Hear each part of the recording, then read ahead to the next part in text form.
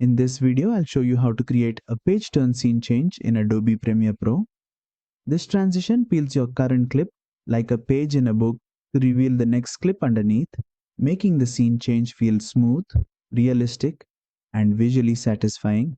It works great for storytelling videos, educational content, documentaries, and creative edits. Let's get started. First, place your two video clips on the timeline and make sure they touch at the cut point where you want the transition. Now go to the effects panel, search for page peel. Once you find it, drag and drop it between your clips. Now select the transition and open effect controls. Here are the most important settings. Mode controls the style of the page peel animation. Change it to try different peel styles. Radius controls the curvature of the page fold. Increase it for a bigger curl. Decrease it for a flatter peel. Angle controls the direction of the peel. Adjust it to change where the page turns from.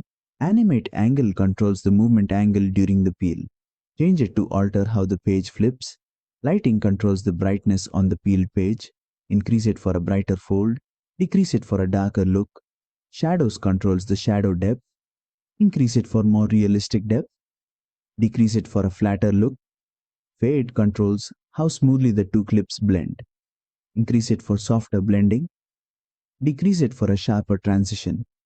Motion blur controls how smooth the page movement looks. Increase it for more cinematic blur. Decrease it for a sharper animation. Use a shorter duration for a quick page flip. Use a longer duration for a smoother cinematic page turn. For best results, use this effect on chapter changes or story progression moments. And that's it. That's how you create a page turn scene change in Adobe Premiere Pro. Don't forget to like, share, and subscribe for more Adobe Premiere Pro tutorials.